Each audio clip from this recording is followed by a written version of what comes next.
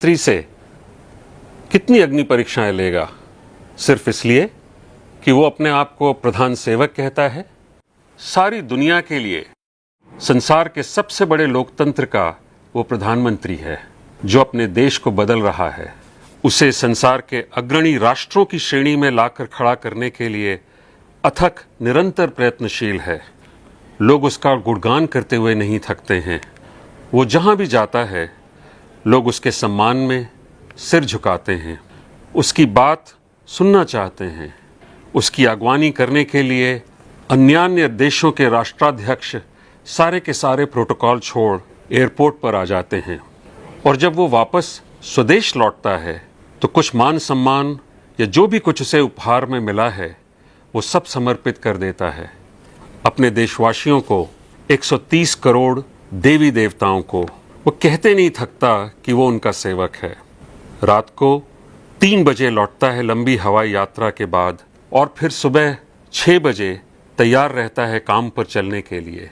18 घंटे 20 घंटे काम करके जब वो घर लौटता है तो उस प्रधानमंत्री आवास में वो अकेला ही होता है।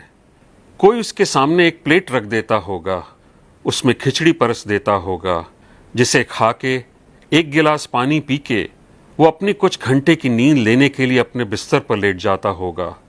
सुबह के बारे में सोचते हुए, नई चुनौतियों का सामना करने के लिए, अपने विरोधियों के मनगढ़ंत झूठों का वार सहने के लिए, आतंकवाद से लड़ने के लिए, गालियों की लगातार बौछार झेलने के लिए। प्रधान सेवक, चौकीदार, ये सारे नाम उसने अपने आप ही ओढ़ लिए हैं। उसे पता था कि अगर गलती से भी उसने अपने आप को इस देश का प्रधानमंत्री कह दिया तो पहाड़ टूट पड़ेगा। लोग कहेंगे, देखो ये चाय वाला, ये मोदी अपने आप को प्रधानमंत्री समझ रहा है। ये संघ का प्रचारक जो घर घर भोजन के लिए भटकता था, इसका खुद ही सिर घूम गया है। वो प्रधान सेवक ही बना रहा और एक सेवक की तरह हाथ जोड़े खड़ा रहा। कभी शिकायत नहीं की, पलट के जवाब नहीं दिया। यही कहता गया, ऐ मेरे मालिकों, आगे क्या हुक्म है जो बजा लाऊं।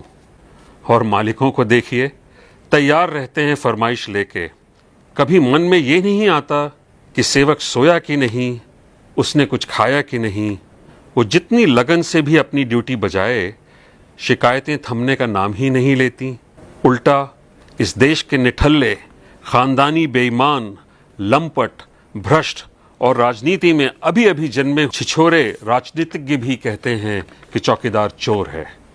उनके भाड़े के टट्टू तालियां बजाते हैं और देश ये तमाशा देखता है। छुटभइये लफ्फाज चुन चुन के गालियों की इजाद करते हैं हमारे प्रधान सेवक के लिए।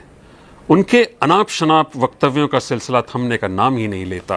कितनी परीक्षाएं चाहिए इस देश को ये कहने के लिए कि हे प्रधान सेवक, हे चौकीदार, हम कृतज्ञ हैं तुम्हारे।